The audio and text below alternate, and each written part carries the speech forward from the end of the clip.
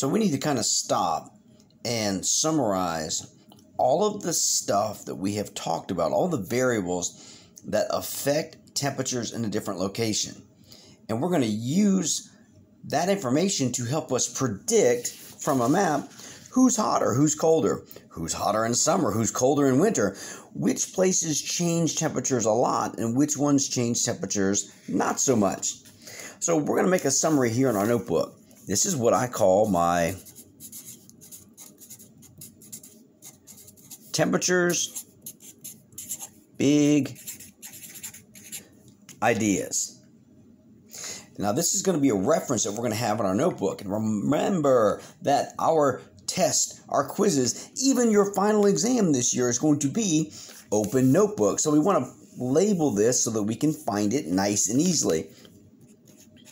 Put today's date up there. I might even reference the actual date when I give you the test question. Say, hey, flip to this date, find this list, and use it to answer these questions. In addition, this is a homework grade in your notebook. When I collect this notebook, I'm going to look for this, and I'm going to stamp it. I'm either going to stamp it with a thumbs up, yay, you did it, or thumbs down, no, you didn't, you don't get credit. So it's important to have this as a reference, and it's one of those daily grades that's going to count for your summative notebook grade. So let's look at the things that we have talked about that affect temperatures. First of all, where is it cold? We know it's cold at the top of the mountains. Higher elevations mean lower temperatures. You know this to be true. That's why there's snow on tops of mountains and not at the bottom. And remember what temperature is. Temperature is this friction. So let's put a Y with this as well. Why is it colder at the top of mountains? Because there's less air up there moving around. And less stuff moving around means less friction, which means lower temperatures. So that was the first big thing that we talked about. And then we moved on and we did a little virtual lab that introduced us to a really important big concept that we're going to use a lot, and that was about the sand versus the water. And what we saw was that places close to water don't change temperature as much.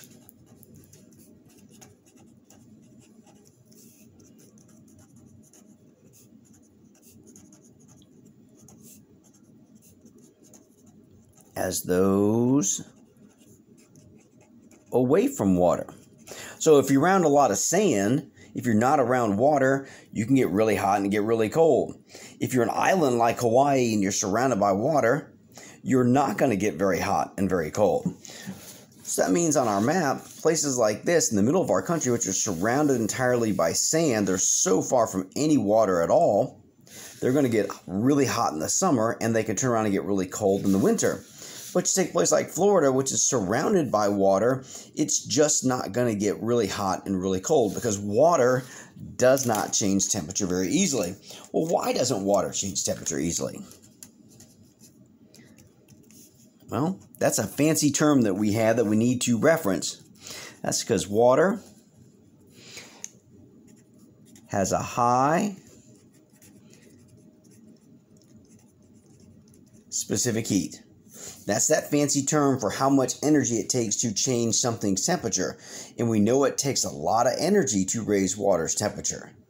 So this is why places near water just don't change temperature that much.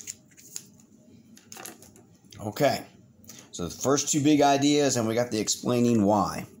For number 3, this was something you already knew kind of with number 3, and this was introduced in our last video lecture, and that was about, think about where it's cold in our country. If you asked 100 people, 99 people probably say, oh, where's it cold? Oh, it's cold up here. It's cold up north. Well, where's it warm? Well, they're going to say, well, it's warmer as you go south. It's warm in the south, cold up here in the north. And you know that to be true, that as you go farther north, it's generally going to be colder. Okay, so there's a fancy way to say that.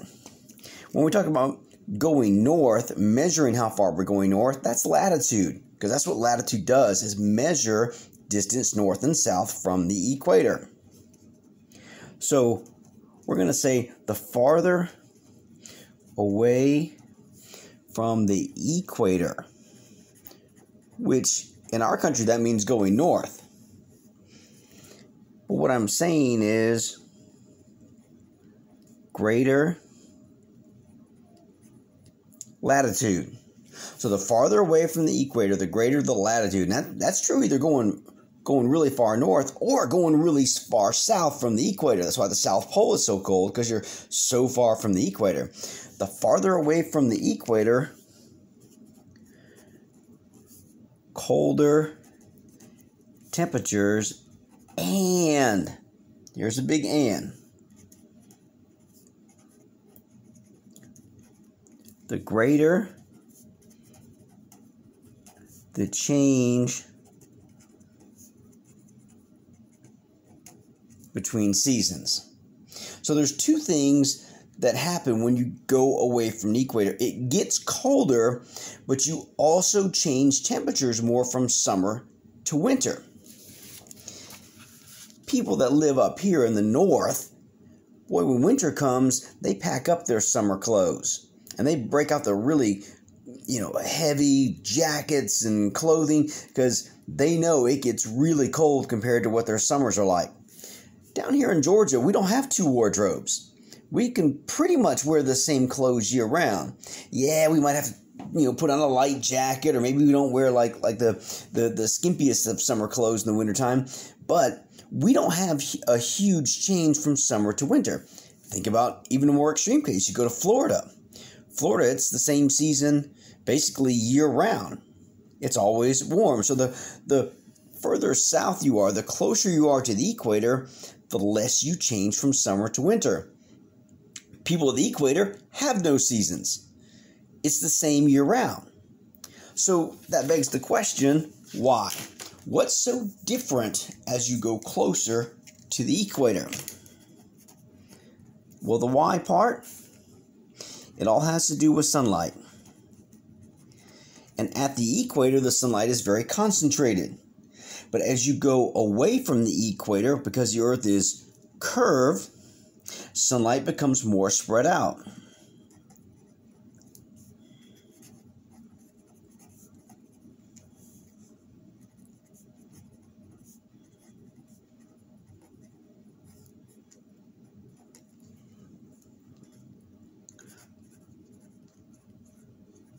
So the sunlight is more spread out as you go away from the equator, or as you increase your latitude, because the Earth is curved so much more at the top than it is in the middle.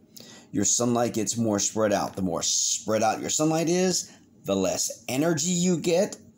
The less energy you get, the less motion. The less motion, the less friction. Hence, the colder you are. So, get away from the equator, your seasons change a lot, and you're generally colder. The closer you are to the equator, your seasons don't change, and you're always basically hot, because you always get lots of direct sunlight. Okay. Our fourth temperature big idea, and this is something very specific to our country. And let's face it, we live in this country. We're going to talk a lot about the temperatures in our country. Everything else we've listed here applies any place in the world. This one here only applies to the USA.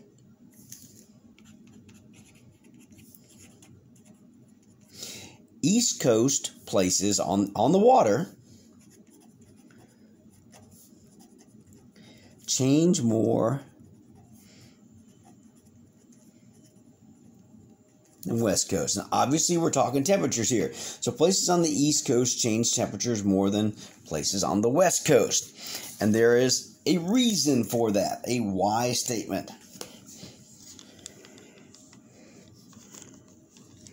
Okay, so here's our country. And I want you to think about, if you're over here on the West Coast, in our country, the wind primarily blows this way. If you're staying on the West Coast, like I was in the video that I showed you in Northern California, the air that is coming to me is always coming over the Pacific Ocean. Well, what do you know about water? What do you know about the Pacific Ocean? It always stays the same temperature. So you always stay the same temperature. Well, then that wind keeps blowing all the way across the country.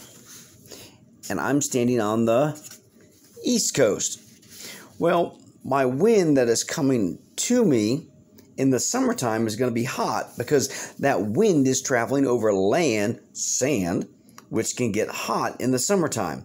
In the wintertime, this wind that is coming to me is going over the colder sand. So I'm going to be a little bit colder. As opposed to the West Coast where the air coming to me is always the same temperature because it's always coming over the Pacific Ocean. So East Coast places change more than West Coast. Now let me clarify. If I was standing here on the West Coast or I was standing here away from the coast, I'm going to change temperatures more here because I'm not near the water. But the two waters in our country, the East Coast and West Coast, don't necessarily act the same. Now, like I said, this applies to our country only. So the why part to this.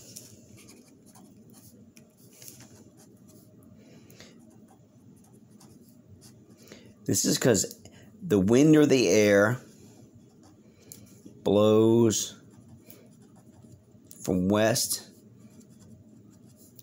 to east in the USA. So it's always going this way. And if you remember that, you can see, oh, I get that. The air that's blowing, coming this direction, comes over the ocean. So I get the ocean temperatures, which is always the same.